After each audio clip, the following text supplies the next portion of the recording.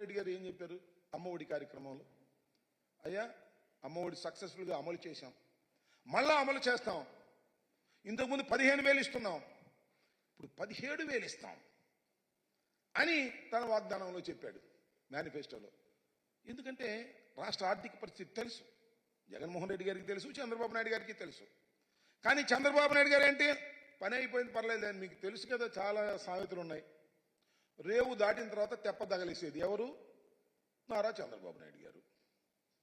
వాడ మీద ఉన్నప్పుడు వాడ మల్లయ్య, వాడ దిగిన తర్వాత బోడి మల్లయ్య. ఎన్నికలకు ముందు వాగ్దానాలు చేయటం, ఈ ఎన్నికల తర్వాత తూ అని మేము ఎక్కడ వాగ్దానం చేసాం, అదంతా చేశాం కదా, అది అని మాటలు మాట్లాడటం. ఏమిటి దుర్మార్గం అని అడుగుతా ఉన్నా.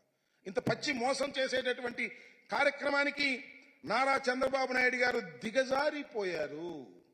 కొత్తగా అలవాటు పడ్డ చీటర్లాగా ఇవాళ ప్రజల్ని మోసం చేసేటటువంటి కార్యక్రమం చేస్తున్నారు. ఇది చాలా దారుణమైనటువంటి అంశమని మనవి చేస్తున్నారు. ఆలోచన చేయండి రాష్ట్ర ప్రజానీకం. జగన్మోహన్ రెడ్డి గారు వద్దని, చంద్రబాబే కావాలని ఓట్లేసిన తల్లులను అడుగుతా ఉన్నా, ఓట్లేసిన కుటుంబాలను అడుగుతా ఉన్నా. ఇంత దారుణమైన మోసాలు చేస్తున్నటువంటి నారా చంద్రబాబు నాయుడు గారికి మీరు ఓటు వేశారు, గుర్తుపెట్టుకోమని మనవి చేస్తున్నా. ఇదే జగన్మోహన్ రెడ్డి గారు ఉన్నట్లయితే ఈ పాటికే ప్రతి సంవత్సరం జూన్లో ఎండింగ్లో ప్రతి తల్లులకి ఖాతాల్లో వేసినటువంటి ఘనత జగన్మోహన్ రెడ్డి గారు. 26,000 కోట్ల రూపాయలు తల్లుల ఖాతాల్లో వేశారు జగన్మోహన్ రెడ్డి గారు. ఇవాళ జులై వచ్చింది, జీవో ఇష్యూ చేశారు అంతే. పాత జీవోలాగానే మేము ఇచ్చేదానికన్నా 2,000 తక్కువ. ఎప్పుడు అమలు చేస్తారు చెప్పరే?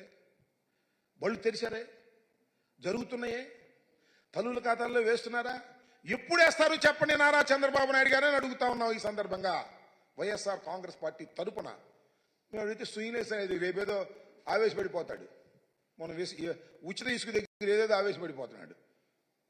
చేయలేని వ్యక్తి ఏం చేస్తాడు? ఆవేశపడటం, జగన్మోహన్ రెడ్డి గారిని తిట్టడం, జగన్మోహన్ రెడ్డి గారిని దూషించటం, జగన్మోహన్ రెడ్డి గారిని అనరాని మాటలు అనడం, దెయ్యం అంటాం, భూతం అంటాం, ఇలాంటి పిచ్చి పిచ్చి మాటలు మాట్లాడి కాలం గడుపుకోవాలని ప్రయత్నం